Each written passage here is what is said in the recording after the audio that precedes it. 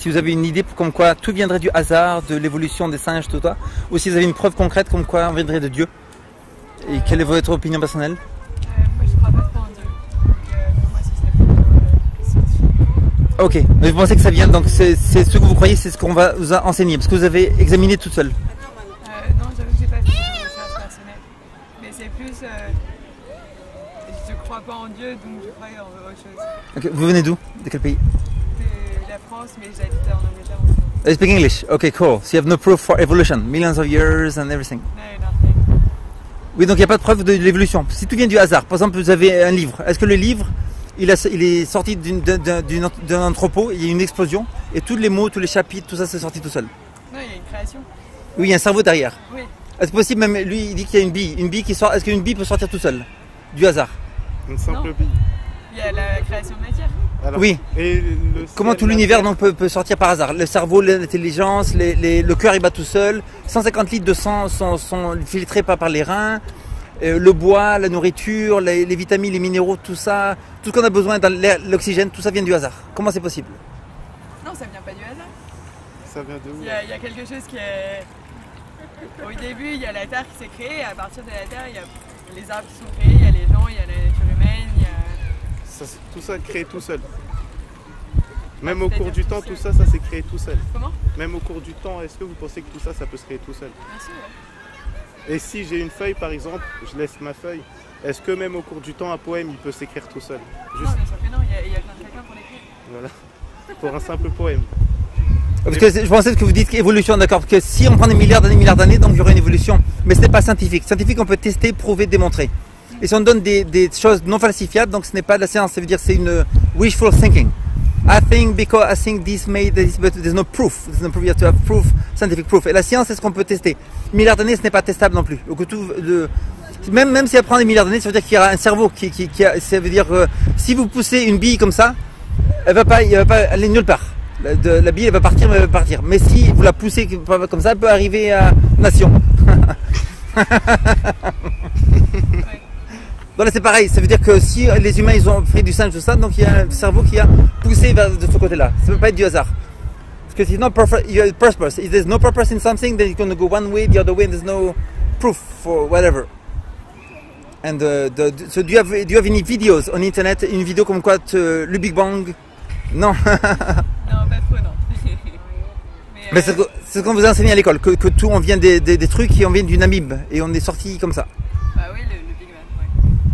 Mais c'est pas scientifique non plus. Le Big Bang en plus c'est un catholique qui a inventé. It's a Catholic guy that made the Big Bang. C'est un propre chrétien qui a inventé le Big Bang. Quelle est la preuve du Big Bang? C'est-à-dire quelle est la preuve? La preuve du Big Bang, c'est qu'ils qu'on peut mesurer qu'il y a une expansion de l'univers. Donc si on reprend des milliards d'années, ça venait d'un point. Il n'y a aucune preuve que ça. Il y a une voiture ici, UK, England, qui roule à 30 km/h. On peut dire elle est partie de Londres il y a 3 jours. On ne peut pas savoir si elle a accéléré, si elle a ralenti, si elle s'est arrêtée. Donc là aussi, Dieu peut très bien faire l'univers déjà d'un côté et commencer à le faire épandre d'une certain point.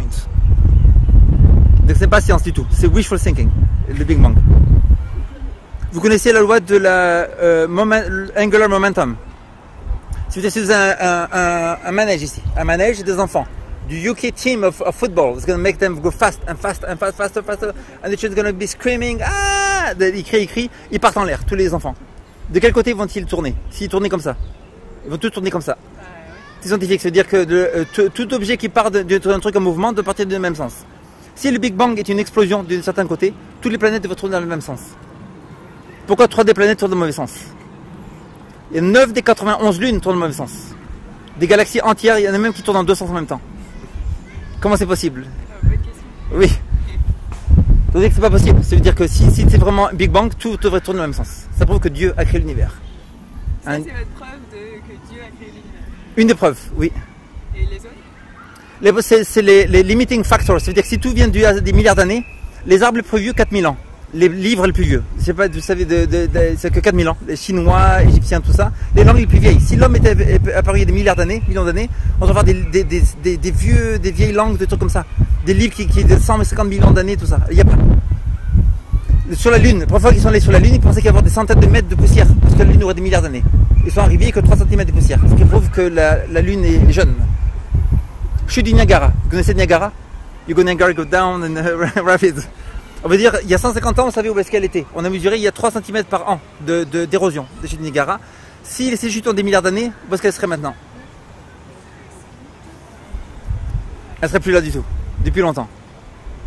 Ça veut dire que s'il y a une érosion de 3 cm, elles sont jeunes, parce qu'elles existent toujours. Donc il y a beaucoup de preuves, il n'y a aucune preuve pour l'évolution, mademoiselle. Vous avez déjà lu la Bible? Oui, bien sûr. Qu'est-ce que vous pensez? Je pense que c'est exagéré. Quel côté? Matthieu, Marc, Luc? Non, je ne pourrais pas vous citer. Je vois des passages, je vois des paraboles, je vois des psaumes, etc. Mais je ne crois pas au miracle. Oui, mais par exemple, le nom de Cyrus, l'empereur des Médès-Perses, était nommé dans la Bible 150 ans avant sa naissance. Dans les Ésaïe, 500 ans après Jésus-Christ, il écrit que Babylone ne sera jamais rebâtie. Par hasard, comment ça se fait que Babylone n'est pas rebâtie? Égypte aussi. Égypte, des centaines de prophéties impressionnantes qui sont écrites à l'avance, donc c'est impossible que ça soit fait par hasard. Et c'est vraiment qu'il y a un Dieu qui vous aime. S'il y a pas, qui dit tout vient du hasard ou de Dieu. Si Dieu a fait l'univers, donc il y a le bien et le mal. Quand vous faites le mal, est-ce que vous savez comment vous avez fait le mal? Oui, c'est bon. Vous avez déjà menti? Bien sûr. Ok, c'est bien, moi aussi. Vous avez déjà volé? Oui. Qu'est-ce qu'on mérite? What do you deserve? We deserve to die, like in the Bible. The wages of sin is death. We deserve to go to the grave. What's the solution? Que Jésus est mort sur la croix pour vous et qu'il pardonne vos péchés, que vous avez le paradis éternel. Est-ce que ça vaut le coup? Parce que les gens vont partir tous en vacances là. Ils partent à la plage, le soleil, on est tranquille, on va faire la fête, tout ça. Ils vont vérifier la voiture, l'essence, les pneus, tout ça pour 2 semaines. Là, c'est vraiment une destinée éternelle. Si vraiment c'est vrai, enfer ou paradis, ça vaut le coup de savoir où est-ce qu'on va. Que Dieu nous dit il n'y a plus de mort, plus de souffrance. Donc c'est une histoire de fou, je comprends. C'est un peu fou parce que pourquoi un Dieu qui va mourir sur un poteau? Pourquoi Dieu existe? Il ne va même pas dire bonjour de temps en temps. Pourquoi il y aura un paradis et l'autre ils vont souffrir dans ces trucs, c'est malade. Mais Dieu est différent de nous aussi. C'est comme des animaux qui sont un peu différents. Les autistes ils parlent pas, ils sont différents aussi. Donc Dieu est différent. Dieu est pratiquement timide. Il veut pas se montrer, l'être humain, mais on voit que si c'est vrai, ça vaut le coup. Parce que l'enfer, mourir, souffrir et avoir une vie éternelle, plus de souffrance, plus de mort, plus de pleurs, plus de cris, plus de douleurs, terminé. Et l'amour pour toujours. Est-ce que ça vaut le coup d'examiner? Oui, j'imagine. Oui. Et qu'est-ce qui vous empêcherait maintenant d'accepter Jésus? Comme quoi il est mort il y a 2000 ans. Tous les historiens, vous connaissez, en Angleterre, il y a le plus grand scientifique mathématicien, John Lennox. Il a fait le débat avec Dawkins. Il a dit, really, Dawkins, you don't believe in Jesus Christ as a historic figure, but I checked all the historians before, and not one of them said that Jesus was not a human being that lived on earth. Tous les historiens disent que Jésus-Christ est vraiment quelqu'un qui vraiment existé. Mais peut-être qu'il a vraiment existé, c'est pas ça que je remets en question. C'est son pouvoir sur les hommes et sur la nature scientifique. C'est son action et les conséquences. Vous pensez pas par exemple qu'il est capable de marcher sur l'eau ou des trucs comme ça? Non, voilà, c'est ça, je crois pas en son existence. C'est même pas l'existence que je questionne, c'est carrément. Vous croyez juste que c'était un simple humain et voilà? Bah j'imagine, oui. De la science quantique, je ne sais pas si vous connaissez quantique. Oui. Un atome ou un proton, il se dédouble. Il fait comme ça, il dédouble, il se revient de côté, il prend des trucs, c'est un truc de malade. Ça veut dire qu'il y a des choses totalement, c'est des miracles constamment dans le truc quantique. Est-ce possible que celui qui a fait la science quantique aurait le pouvoir de faire des miracles aussi?